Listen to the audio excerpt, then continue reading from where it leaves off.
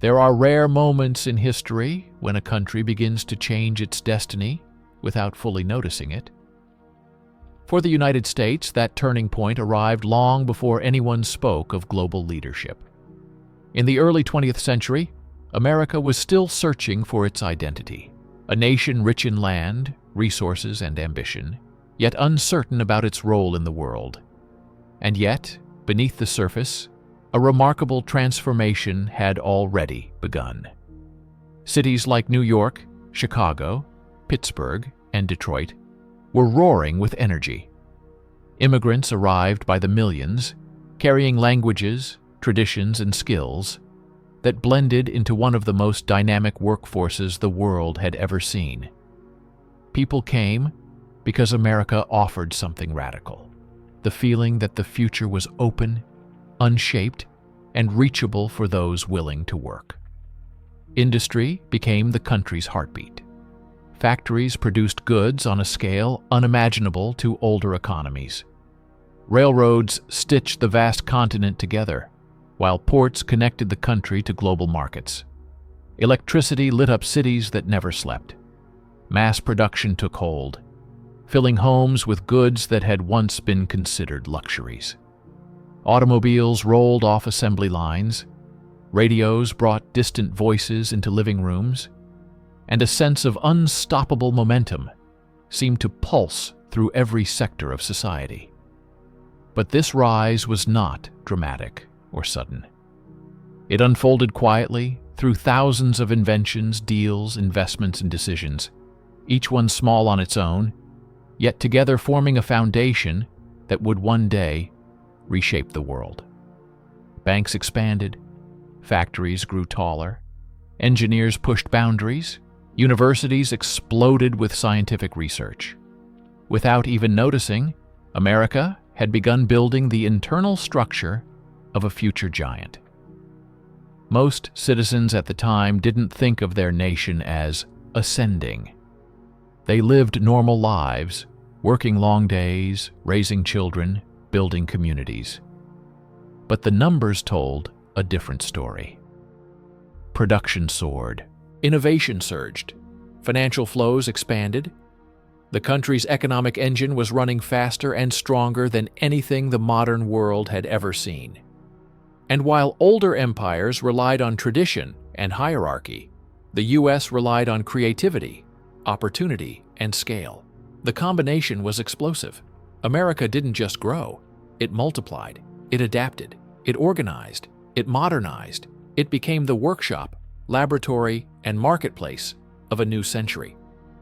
This transformation was not about politics or military ambition.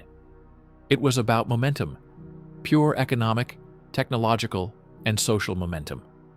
A force that pushed the country forward long before anyone consciously pointed the way.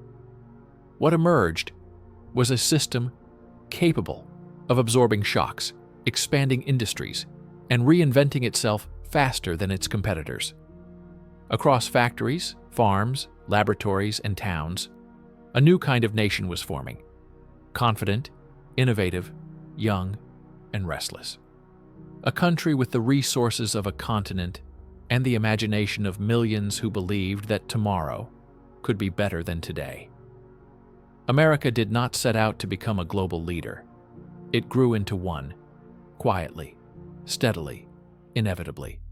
Not through conquest, but through innovation.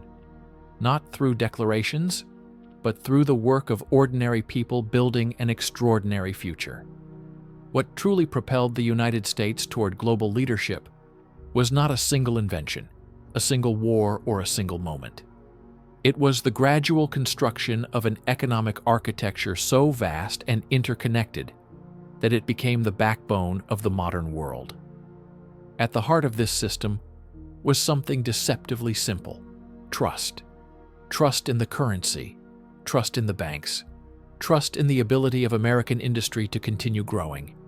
And that trust was built slowly, layer by layer, through a combination of stability, innovation, and financial discipline that distinguished the U.S. from the older powers it would later surpass. The American dollar began its rise long before it became the world's reserve currency. It started with gold. In a world where value was often uncertain, the U.S. built up enormous gold reserves, giving the dollar a solidity few currencies could match. This was not only economics, it was psychological. Investors, businesses, and even governments began to see the U.S. as a safe place to store value.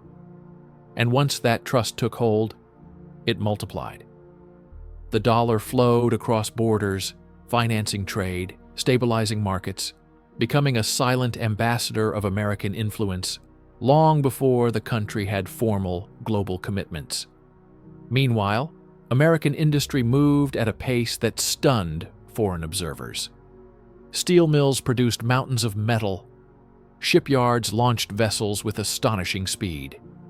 Farmers harvested crops on lands so vast they dwarfed the agricultural output of entire countries. American factories were temples of efficiency, driven by machines, conveyor belts, electricity, and an ethos that celebrated productivity. Behind that productivity were millions of workers whose daily labor created the foundation of national growth. They did not see themselves as shaping global history, yet their work echoed across continents. The real magic, however, happened when industry met innovation. The U.S. was not just producing more, it was producing differently. Scientists and engineers pushed boundaries in chemistry, physics, aviation, energy, telecommunications. Every breakthrough, even a minor one, strengthened the nation's internal engine. Laboratories collaborated with universities. Universities collaborated with industries. Industries collaborated with banks. It was a triangle of progress that fed on itself. Ideas turned into prototypes. Prototypes turned into products. And products turned into new industries. This ecosystem of cooperation, business, science, finance, had almost no parallel in the world. Older nations were often weighed down by rigid hierarchies or fragmented institutions. America's youth was its advantage. It was flexible, unburdened by ancient traditions, open to experimentation. Cities grew in grids, industries expanded in clusters, and new technologies found their place without resistance. When the rest of the world hesitated, America built. And yet, the most fascinating part of this transformation was how quietly it unfolded. There was no single headline announcing a new era, no single leader declaring a global mission. The United States became influential not through speeches, but through output, through the sheer weight of its economy, the reliability of its currency, the scale of its industries, and the momentum of its innovation. Behind the scenes, American businesses forged deals that linked countries together. Steel to Europe, food to Asia, machinery to Latin America. Oil imports reshaped energy markets, while exports of technology created dependencies and partnerships that strengthened America's position without ever needing political pressure. The country did not need to push its influence. The world pulled it in naturally, drawn by its stability and potential. As foreign nations sought recovery, investment, or knowledge, America became the natural point of reference. Its universities attracted the brightest minds. Its industries offered unmatched opportunities. Its financial system promised safety in times of uncertainty. And as more countries engaged with the U.S., its role shifted from large economy to global anchor, not by command, but by gravity. Step by step, America positioned itself at the center of global systems it helped create, not because it declared itself a leader, but because it built the structures others relied on.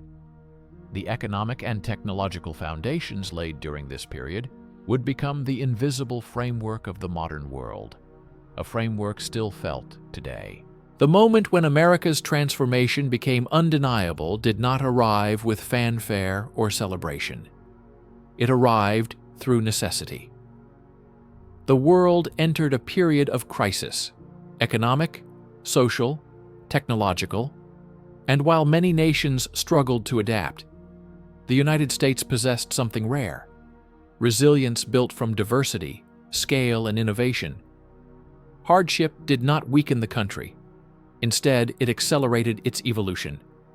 Industries reorganized, banks restructured, new ideas replaced old systems, and in the process, the U.S. discovered that it could not only survive storms, it could redefine itself through them. During times of financial uncertainty, American companies turned to research instead of retreat. Universities expanded programs in engineering, physics, chemistry, and management. Government agencies collaborated with private firms, not to direct them, but to open new scientific paths. Laboratories that once produced simple industrial tools began exploring advanced materials, energy sources, communication technologies. Investment was not merely economic, it was intellectual. The belief that knowledge could solve problems became a defining element of the national mindset. As technologies advanced, the nature of production changed. Factories shifted from purely mechanical operations to systems incorporating early automation, measurement devices, and later computational controls. These innovations did not eliminate the workforce, they amplified it. Workers learned to operate new machines, repair complex equipment, and manage processes that earlier generations could scarcely imagine. The workforce became more skilled, and skill became an economic force. Foreign observers watching this transition often described it as organized chaos. The U.S. was noisy, fast, and sometimes unpredictable. Yet beneath the surface, everything aligned around a central idea. Progress was not optional. It was expected. This mentality allowed new industries to emerge almost overnight.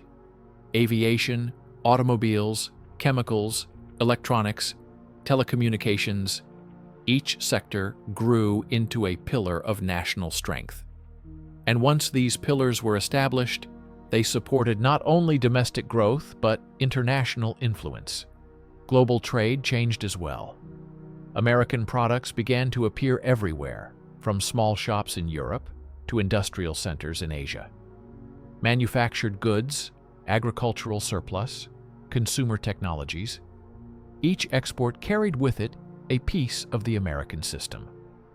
The world was drawn to the reliability, affordability, and scale of U.S. production. And as more countries depended on American goods, the United States found itself connected to global stability in a way it had never anticipated. Finance played an equally profound role. The American banking system, supported by vast reserves and increasingly sophisticated financial instruments, began to set standards for global transactions. New York emerged as a financial hub, not because it sought the title, but because capital naturally gravitated toward a place where it was safe, productive, and flexible. When international markets shook, investors looked to the U.S. for stability. This trust became the backbone of global financial order and quietly expanded American influence without a single political directive. Technology continued to advance at an astonishing pace. What began as industrial innovation evolved into scientific revolution. New forms of communication shrank distances between continents. Breakthroughs in materials, science made transportation faster and safer. Early computing systems laid the groundwork for a future that few could foresee. The United States was not only participating in these changes, it was setting their rhythm. By the time the world began to recover and rebuild, America had become something new. A country with an economic engine powerful enough to lift others, a technological landscape filled with possibilities, and a financial system trusted across oceans. Leadership, without ever being declared, had been formed organically through decades of cumulative effort. What makes this period so extraordinary is that the rise of the U.S. did not rely on dominance, but on attraction. Other nations engaged with America because they needed what it could offer: knowledge, investment, stability, opportunity. This gave the U.S. a unique form of influence, one based not on force, but on gravity. The world moved toward it because it could not move past it. This quiet consolidation of economic, industrial, and scientific power became the true engine of American leadership. A leadership built not on grand speeches or geopolitical ambition, but on something far more enduring: the steady, relentless growth of a system designed to innovate, expand, and adapt. As American industry and finance continued to expand, a new force quietly emerged alongside them: the power of technological imagination. It began with small laboratories, university research halls, and clusters of engineers who believed that machines could do more than simply assist human labor. They believed machines could transform it.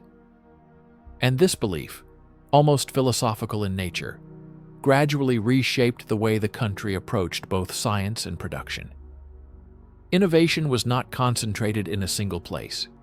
It was scattered across the nation, in California garages, in Midwest factories, in East Coast universities. Every region contributed something different: electronics from the West, industrial machinery from the North, scientific research from the East, agricultural technologies from the heartland.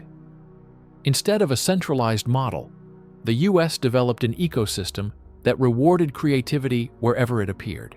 The openness of the landscape, both literal and economic, allowed ideas to travel freely. This freedom became a magnet for talent. Scientists from Europe, engineers from Asia, students from Latin America, they all arrived seeking one thing: possibility. The U.S. offered open laboratories, financial support, and an environment where failure was not punished, but used as fuel for the next attempt. The culture of experimentation that grew from this mixture would one day give birth to entire industries, but at the time it simply made America restless, inventive, alive. As corporations expanded, they built research departments that rivaled universities in size and ambition. These were places where chemists, designers, mathematicians, and technicians worked side by side, creating products that would define the next century. Sometimes they succeeded, sometimes they failed, but each attempt strengthened the country's technological edge. The cumulative result was a momentum so strong that even economic downturns could not stop it. At the same time, America's geographic scale gave it another advantage: the ability to test and deploy new technologies on a massive internal market. A device invented in one city could be sold across thousands of miles. A new machine introduced in one factory could be adapted in hundreds of others. This rapid internal diffusion accelerated progress in a way that smaller nations could not replicate. Innovation did not remain in laboratories. It became part of everyday life. The growing transportation network also played a decisive role. Highways connected regions that once felt worlds apart. New logistics systems moved goods faster than ever before. Air travel transitioned from an elite luxury to a national standard. Everything moved quicker, smoother, further. And as mobility increased, so did opportunity. Workers could relocate, businesses could expand, universities could attract nationwide talent. America was not only producing growth, it was circulating it. Meanwhile, the country's financial institutions kept adapting to support this expanding landscape. Banks developed new models for investment, insurance, and credit. Venture capital, a concept almost unknown in older economies, became a bold way of betting on the future. Investors were willing to take risks on young entrepreneurs, new technologies, experimental industries. This culture of financial daring, combined with scientific ambition, created a self-reinforcing cycle. Ideas attracted money. Money accelerated ideas. Foreign observers often struggled to categorize this phenomenon. It wasn't traditional capitalism, nor was it state-directed. It was something in between. A flexible, evolving system that blended entrepreneurial freedom with institutional stability. And because it had no fixed model, it could adapt faster than any structured economic philosophy. Industrial power, financial strength, scientific innovation, geographic mobility, each element contributed to the rise of the U.S., but none of them alone can explain it. The real transformation came from the way these forces interacted. When science advanced, industry grew. When industry grew, finance expanded. When finance expanded, universities flourished. And when universities flourished, new science emerged. It was a loop that continuously fed itself. As decades passed, the rest of the world slowly realized that the U.S. had developed something more profound than economic strength.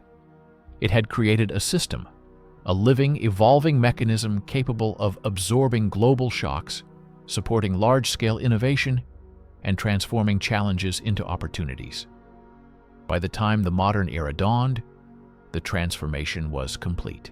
What had begun as a young nation, driven by ambition, had become the central engine of global progress, not through conquest, but through creation, not through command, but through collaboration, not through force, but through influence. One of the most overlooked forces behind America's rise was its ability to turn competition into collaboration. Unlike many older societies shaped by centuries of rigid hierarchy, the U.S. thrived on a constant exchange between private ambition and collective infrastructure. Companies competed fiercely, but they also depended on shared systems, universities, transportation networks, research institutions, and financial markets that provided the foundation for growth. This interplay created an environment where ambition did not fracture society. It propelled it. Within this environment, every breakthrough had the potential to become a national asset. A new chemical formula invented in a small lab could lead to industrial processes adopted across entire regions. A new type of engine developed by a single company could influence transportation networks from coast to coast. A new communication technology could shrink distances between millions of people in a matter of years. The scale of the U.S. made every success a multiplier. One of the most profound transformations occurred in communication. The ability to send information rapidly across states changed not only business, but culture. Radios connected households, telephones connected cities, newspapers reached remote communities. Later, early computer networks connected institutions. Communication became the invisible thread stitching together a nation that spanned an entire continent. And as communication grew, so did the flow of ideas. But even more important was the mindset that emerged from this connectivity. Americans began to see themselves not as isolated individuals in distant towns, but as participants in a shared national story. They belonged to a country that moved, built, invented, and evolved together. This cultural unity made the country remarkably adaptable. When new technologies appeared, people embraced them. When industries shifted, workers learned new skills. When challenges emerged, solutions came from every corner of society. This adaptability extended to education too. By mid-century, universities had become engines of innovation, drawing students from around the world. Laboratories filled with young researchers became hotbeds of ideas that would later define entire industries.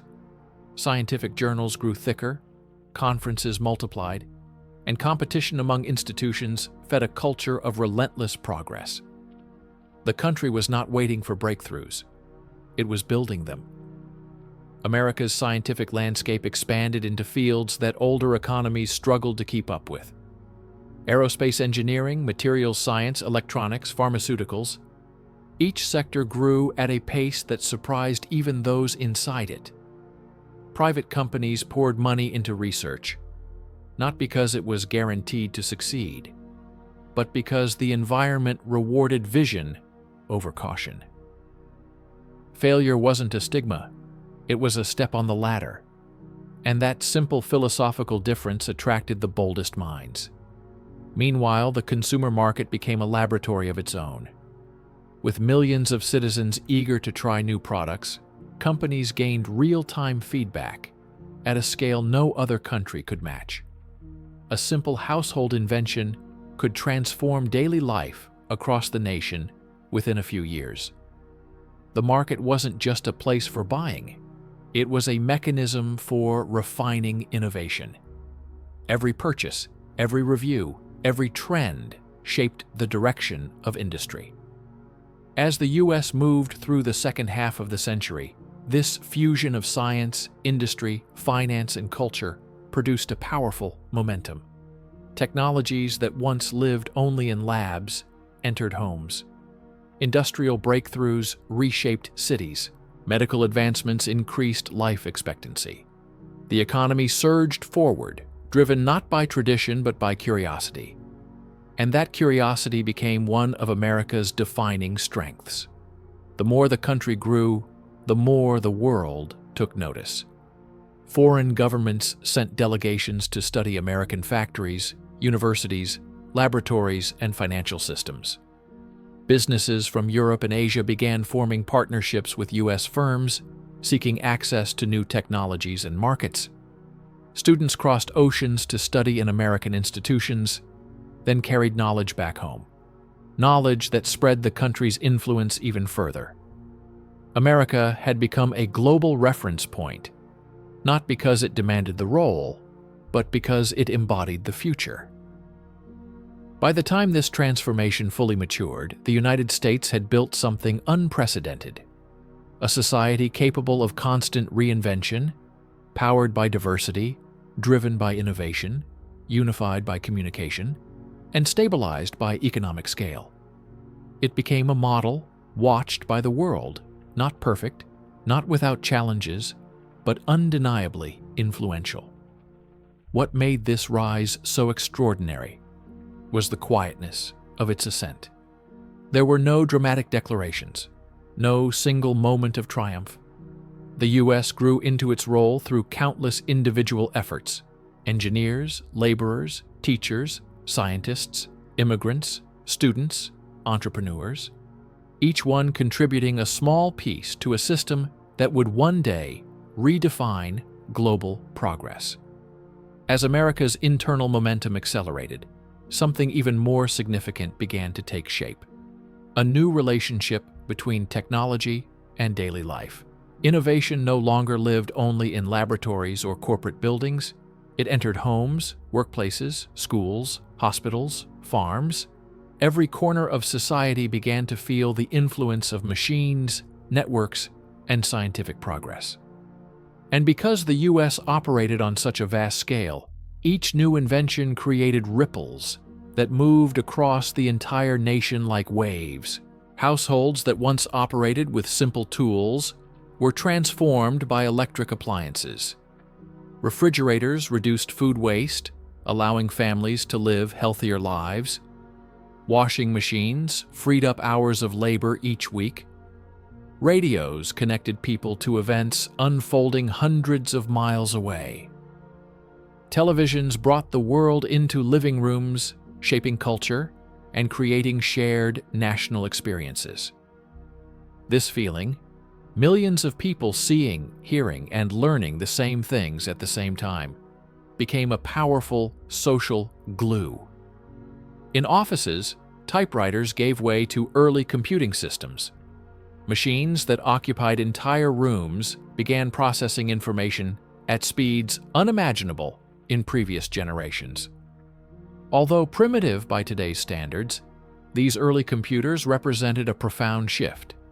Information became a resource as valuable as steel or oil. Companies realized that the ability to analyze data, predict trends, and manage operations digitally would redefine the economy. And once this realization spread, the race for technological dominance began. Factories embraced automation and precision engineering. Assembly lines became smarter, products became cheaper, and efficiency became a national trademark. American manufacturing evolved from muscle-driven to machine-driven, and later to knowledge-driven. Workers adapted, learned new skills, operated more complex tools. The shift wasn't always smooth, but the overall effect was undeniable.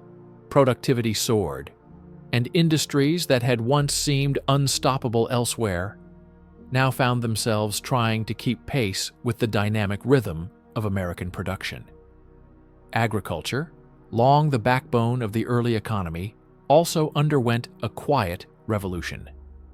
Mechanical harvesters, irrigation systems, chemical fertilizers, hybrid seeds, and scientific farming transformed fields into engines of output. Fewer farmers produced more food than ever before, allowing the U.S. to feed not only itself, but allies abroad. The abundance of agricultural production helped stabilize global markets and created a sense of security that many nations lacked. This reliability became another cornerstone of American influence. But the transformation was not just technological or economic. It was cultural. A belief took root that progress was not simply desirable, but inevitable. Movies portrayed futures filled with possibilities. Schools encouraged creativity. Businesses rewarded bold ideas. Even the design of cities and suburbs reflected this optimism. Broad roads, expanding skylines, endless neighborhoods stretching into the horizon. The country projected confidence because it was built upon a landscape of expansion. Yet the true turning point came when innovation aligned with ambition. The U.S. developed the capacity not only to build, but to imagine on a grand scale. Scientists pushed into fields such as nuclear physics, advanced chemistry, aeronautics, digital computing, and medical research. Engineers attempted projects so large that older nations doubted their feasibility. The very act of attempting them became a statement of capability. This era of imagination laid the groundwork for achievements that would later alter global history.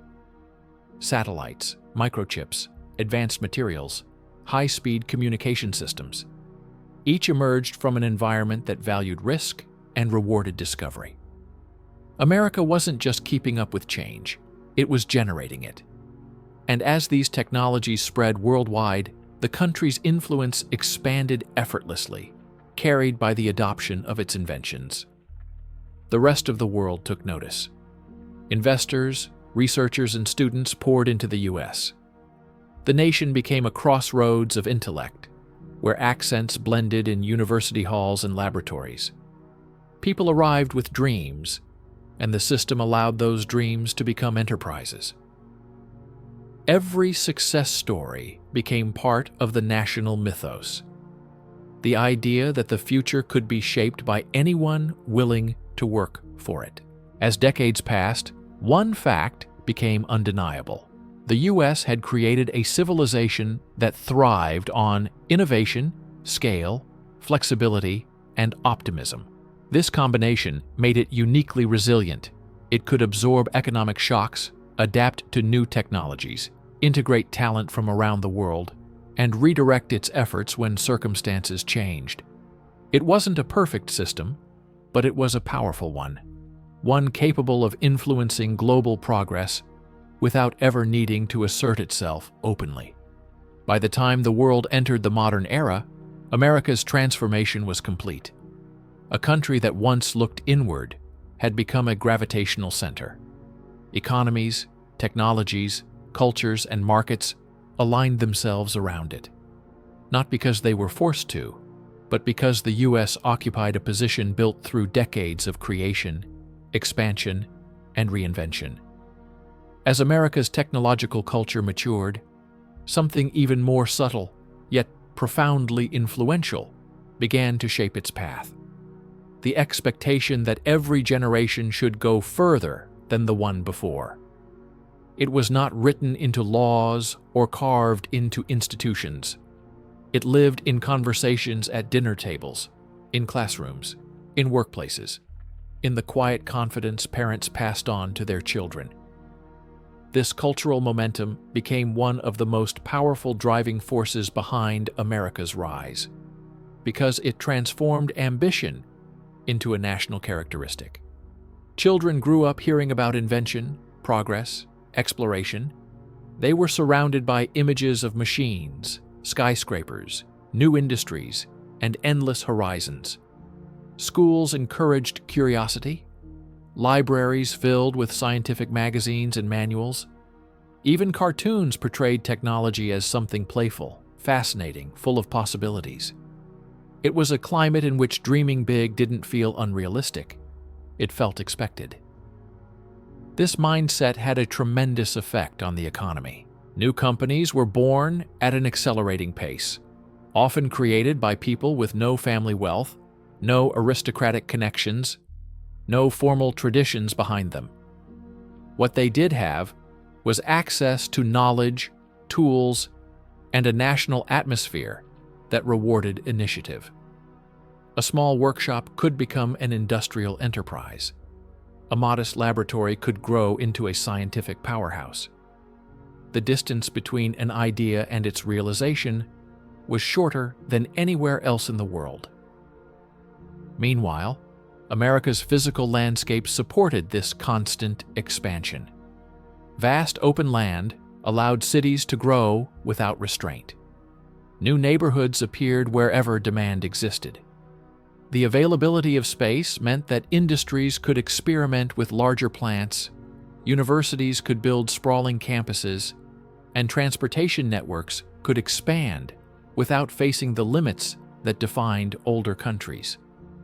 Space became an asset, a blank canvas for innovation. As industries scaled upward, so did the infrastructure behind them. Power grids strengthened and interconnected. Highways extended through deserts, forests, mountains, and plains. Ports modernized, airports expanded. Pipelines connected distant regions. This national web of infrastructure created something extraordinary: speed. Materials moved faster, people traveled faster, ideas spread faster. And in a world where timing often defines success, speed became a strategic advantage. The U.S. also developed a unique ability to turn challenges into catalysts. Environmental issues pushed scientists toward cleaner technologies. Industrial competition spurred companies to innovate rather than retreat. Population growth encouraged cities to rethink energy, transport, and construction. Every difficulty became an incentive to adapt, restructure, and improve. This resilience, born from decades of rapid change, made the country capable of reinventing itself again and again. Another quiet but crucial element was the relationship between universities and industry. In many countries, academic research remained confined to institutions. In the U.S., it flowed outward. Professors collaborated with companies. Companies funded laboratories. Students interned in industrial plants. Military research generated civilian technologies. Knowledge did not stay in books. It became machines, processes, materials, systems. This circulation of ideas blurred the lines between theory and application, accelerating progress far beyond what traditional models allowed. All of these forces combined to create a kind of national momentum that was difficult for other nations to match. Not because America was inherently superior, but because its internal dynamics, cultural, economic, technological, social, all moved in the same direction. A direction defined not by conquest or ideology, but by expansion of possibility. As the 20th century advanced, these internal strengths began shaping global patterns almost unintentionally. Countries looked to the U.S. for educational models. Industries worldwide adopted American production methods. Scientific communities used American benchmarks. Financial markets stabilized around American institutions. Even cultural trends, Music, cinema, literature carried the rhythm of a society oriented toward the future. The world didn't simply witness America's rise, it participated in it.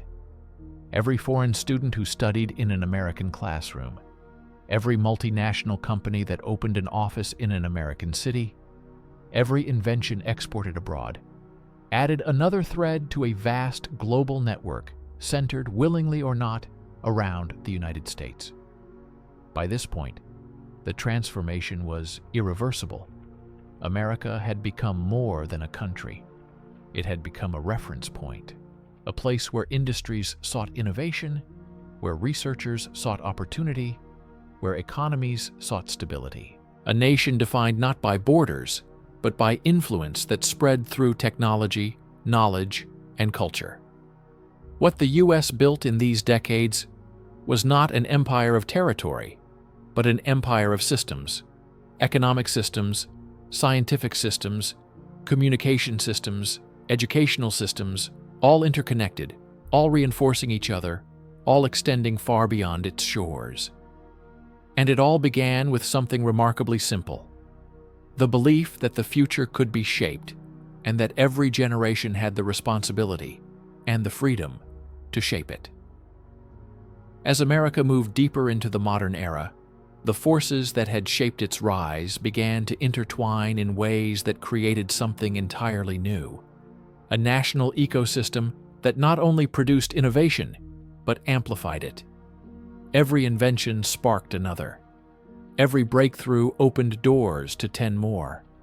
Every industry, no matter how traditional, seemed capable of reinventing itself in response to new scientific discoveries. This compounding effect became one of the defining characteristics of American growth. The country had reached a point where the boundaries between sectors dissolved. Manufacturing borrowed from computer science. Agriculture borrowed from chemistry. Medicine borrowed from engineering. Universities borrowed from industry, and industry borrowed from universities. This circulation of ideas became a cultural force, an invisible engine humming beneath the surface of daily life.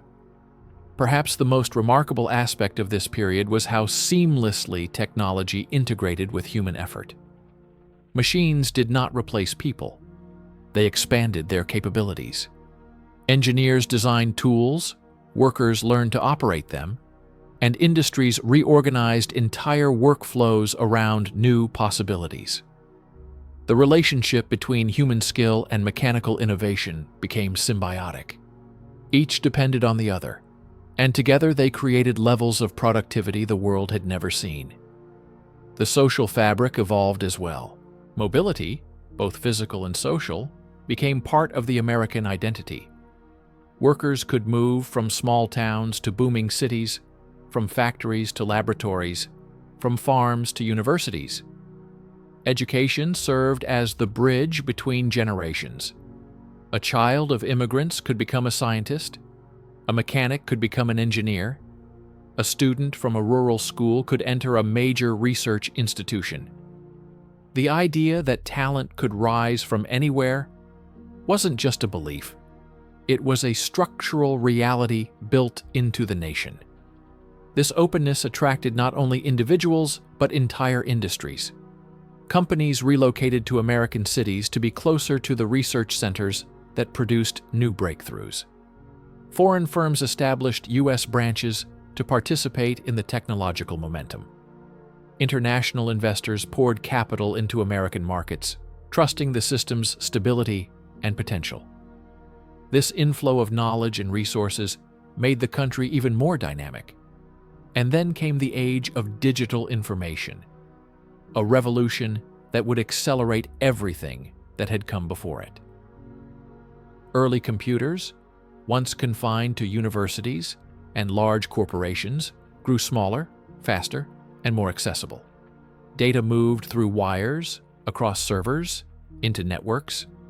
Information became the new currency of power. The ability to store, analyze, and communicate data transformed industries, workplaces, and homes. It marked the emergence of a world where ideas traveled faster than goods, and innovation spread at the speed of light. For a nation already accustomed to rapid change, the digital era did not intimidate, it exhilarated. America embraced computers with the same spirit it had once embraced steam engines, electric power, and automobiles. Programmers, engineers, entrepreneurs, and hobbyists formed communities that explored the potential of software, chips, and networks. Garage workshops, once dedicated to mechanical inventions, became incubators of digital ideas. The shift was not forced. It felt like a natural continuation of the country's long-standing relationship with innovation. What made this transition so significant was how thoroughly it integrated with existing strengths. American universities became global leaders in computer science. Companies invested billions into research and development. Government institutions supported pioneering technologies in computing, aerospace, and communication. The synergy between public and private sectors accelerated progress even further, pushing the boundaries of what was technologically possible. This surge of innovation reshaped the entire social and economic landscape. Workers adapted to new tools. Industries adopted digital processes that increased speed and accuracy.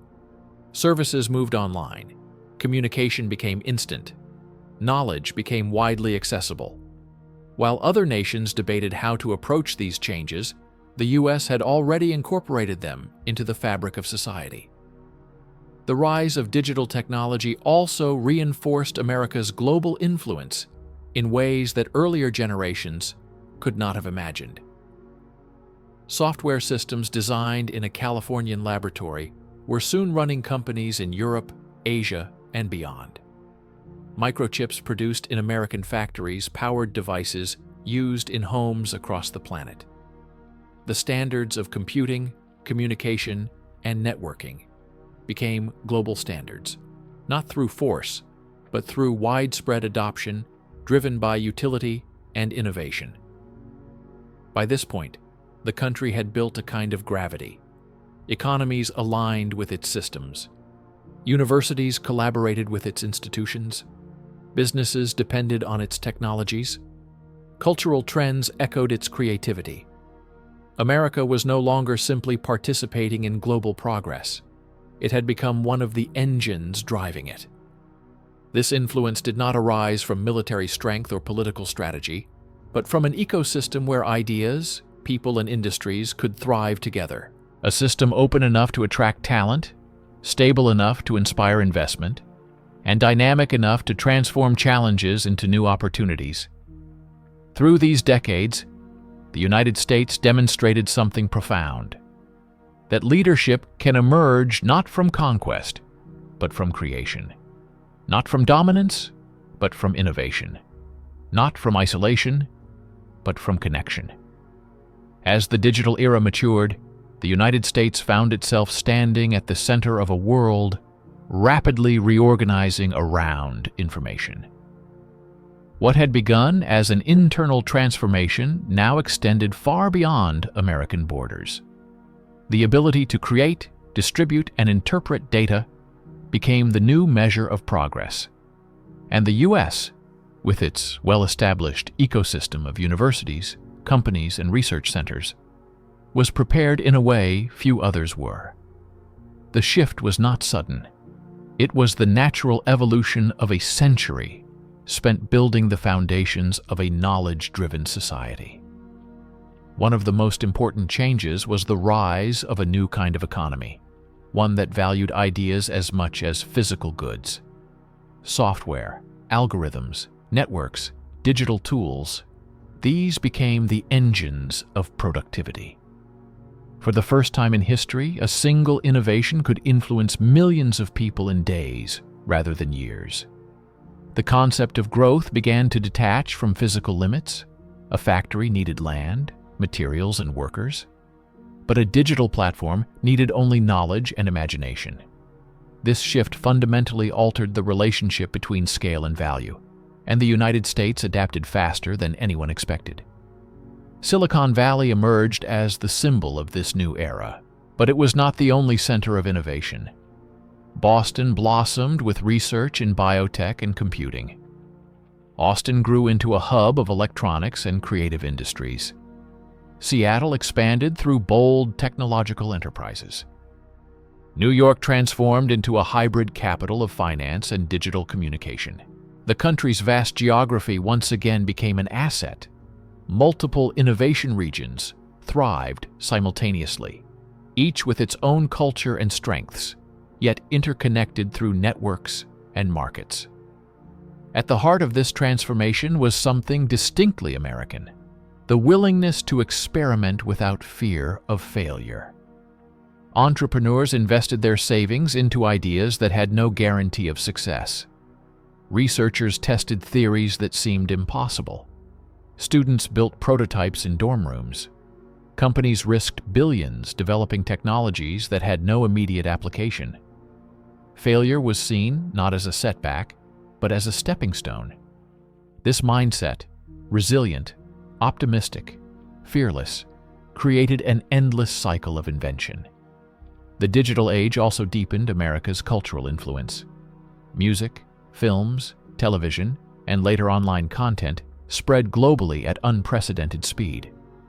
The entertainment industry became one of the country's most powerful exports, shaping global tastes, narratives, and aspirations. Ideas, fashion, humor, expressions, all traveled through screens, radios, and devices. Cultural influence merged with technological influence, reinforcing each other in ways that magnified America's presence around the world. But underlying this cultural expansion was a more subtle force: the American model of creativity. It encouraged mixing disciplines, merging styles, combining unlikely elements. Films drew from literature, music incorporated technology, art blended with science. Creativity became a national characteristic, just as innovation had become an economic one. This openness to crossing boundaries allowed the U.S. to produce cultural works that resonated far beyond its borders. The combination of technology, creativity, and scale gave birth to industries that did not exist before: digital entertainment, online marketplaces, software-driven communication, global data infrastructure. Each new sector grew at exponential speed, reinforcing the country's position as a source of global systems. Nations around the world adopted American-built platforms, tools, and standards. Businesses structured themselves around American-designed software. Universities taught technologies created in American laboratories. The world became connected through systems that carried an unmistakable American signature. Behind all these developments, however, remained the same underlying truth. The U.S. had built a society designed for reinvention. Whether in agriculture, manufacturing, aerospace, computing, or digital networks, the country showed an unparalleled ability to shift direction without losing momentum. Its institutions evolved, its industries adapted, its people embraced new realities. The scale of the transformation was so vast that it could only be seen clearly in hindsight. What emerged from these decades was not a country defined by a single strength, but by the interplay of many. Technology that accelerated progress, education that cultivated talent, finance that fueled ambition, communication that unified society, culture that inspired imagination, and openness that welcomed ideas from everywhere. This synergy became the true foundation of America's leadership. By the time the world fully entered the age of global connectivity, the U.S. was not simply participating. It was guiding, shaping, influencing. The systems that nations used to communicate, trade, study, produce, innovate, and entertain were deeply rooted in American design. And this influence, built not through mandate but through momentum, became one of the most defining forces of the modern era. As the 21st century approached, the United States found itself carrying the weight of a transformation that had taken an entire century to build. Yet what made the country's position so unique was not the power it possessed, but the way that power had been accumulated through networks, institutions, ideas, and systems that reached far beyond national borders. America had become a hub, a place where global flows of information, capital, research, and culture intersected with unmatched intensity. What most people outside the U.S. noticed first was the visibility of American products and entertainment. Music, fashion, cinema, fast-growing technology firms. These were the outward signals. But beneath this cultural layer existed a deeper structural influence, the standards by which the world organized itself. Computer languages, educational models, scientific practices, business management techniques, transportation systems, internet protocols, many of these originated or matured on American soil. By adopting these standards, other nations became part of a shared global architecture in which the U.S. played a central role. This did not happen by design. America never sat down and planned to shape global behavior. Instead, the country's internal momentum overflowed outward. Technologies designed for domestic use proved so effective that the world embraced them. Scientific research intended to solve local problems ended up transforming entire industries abroad. Cultural creations meant for American audiences became global touchstones. In many ways, the U.S. became a mirror for global aspirations. People saw in its innovations the possibility of transforming their own societies. They adopted its tools, studied its methods, learned from its successes and failures. When a new industry emerged in America, the world watched. When a new technology appeared, the world experimented with it. When a new cultural trend broke through, it resonated across continents. This feedback loop strengthened the country's influence without ever requiring formal control. Education remained one of the strongest pillars of this influence.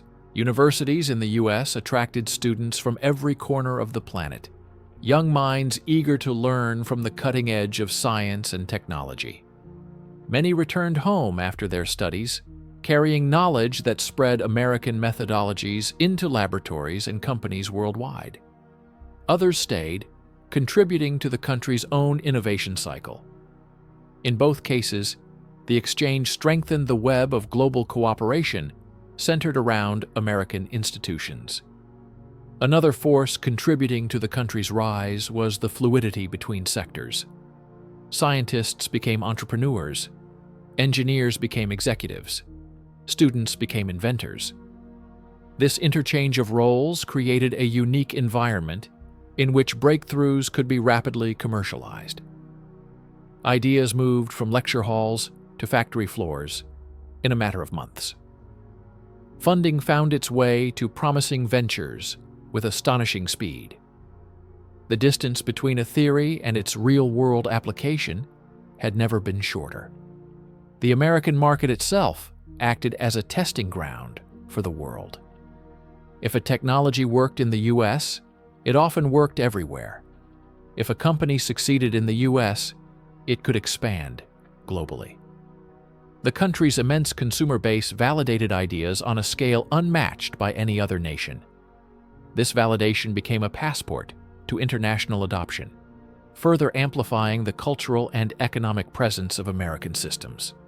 Moreover, the country's vast diversity ensured that innovation was never confined to a single viewpoint.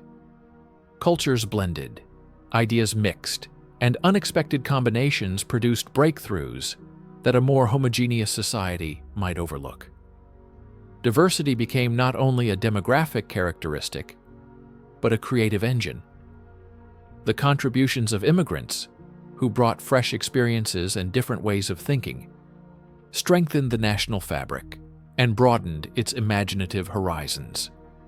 By the time the digital revolution matured, these strengths converged. The U.S., led in software, hardware, the internet, telecommunications, advanced research, and global logistics. But perhaps more importantly, it led in imagination, the ability to envision new possibilities, to see opportunities where others saw problems, to build bridges between disciplines and industries. The rise of America as a global leader was not a story of dominance, but of creation. A story of a nation that grew by expanding what was possible, by nurturing talent, by embracing risk, by connecting people, industries, and ideas. A story of systems that evolved faster than the world around them, setting standards the world chose to follow. By understanding this journey, one sees that America's influence is not the result of a single cause, but the outcome of countless small forces, inventions, dreams, institutions, migrations, collaborations, all pulling in the same direction, shaping a future larger than any one person, one company, or one generation. As the story of America's rise unfolds across the span of a century, a pattern becomes unmistakable. The country did not ascend because of a single breakthrough, a single leader, or a single event. It rose because millions of individual actions, innovations, and decisions aligned to create momentum. A momentum driven by curiosity, optimism, diversity, and the belief that progress was not just possible, it was expected. This mindset, more than any technology or industry, became the true engine behind America's transformation into a global leader. What stands out most when we look back is the organic nature of this ascent. Unlike traditional powers of earlier eras, the United States did not build its influence through territorial expansion or rigid central planning. Its power emerged from the ground up, from communities experimenting, from businesses pushing boundaries, from scientists daring to question limits, from universities encouraging exploration, from immigrants infusing the nation with new skills and new ideas. The country's greatest asset was always its ability to welcome possibility. This openness created a society that thrived in times of rapid change. When old technologies became obsolete, the U.S. embraced the new. When industries shifted, the workforce learned rather than retreated. When obstacles appeared, they sparked innovation instead of fear. A culture formed in which progress was not merely a concept discussed in government halls, but a daily practice lived in factories, classrooms, research labs, and family homes. The result was a system capable of reinventing itself again and again. Factories transformed into hubs of automation. Small companies grew into global giants. Universities evolved into research empires. Transportation networks expanded until the country functioned like one interconnected organism. Digital systems replaced analog ones, and then evolved beyond even their creators' imaginations. Through every phase, the American ecosystem adapted, absorbed, recalibrated. Never static, never satisfied, always moving. This continuous reinvention shaped more than technology and industry. It shaped the way people thought. It shaped ambitions, dreams, and expectations. It formed a cultural identity built around the idea that the future was not something to fear, but something to build. And when a nation believes deeply in creation, its influence becomes inevitable. Over time, the rest of the world began to reflect elements of this system. International businesses adopted American management techniques. Researchers worldwide published studies based on American scientific methods. Consumers everywhere used products designed in American laboratories. Students carried American knowledge back to their home countries. And as global networks expanded, the U.S. found itself at the intersection of countless international flows: economic, technological, cultural. What emerged was not domination, but direction. Not hegemony, but gravity. Other nations aligned with American systems because those systems worked. They offered stability, scalability, and possibility. And as long as the country continued to innovate, the world found reason to remain connected. The journey of the United States from a young, developing nation to a global reference point is a reminder that leadership does not have to be claimed. It can be built quietly, steadily, through creativity, effort, and openness. It is the story of a country that embraced change rather than resisted it, that saw diversity as strength rather than difference, that turned knowledge into power and imagination into industry.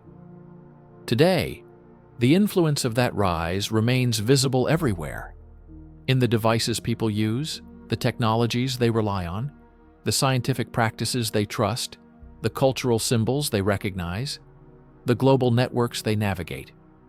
It is woven into the fabric of the modern world.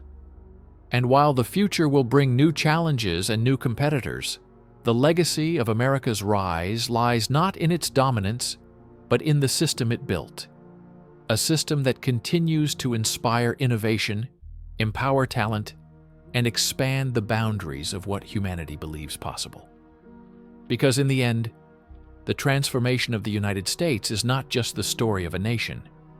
It is the story of what a society can achieve when it chooses imagination over fear, curiosity over comfort, and progress over stagnation. It is the story of a rise built not on conquest, but on creation.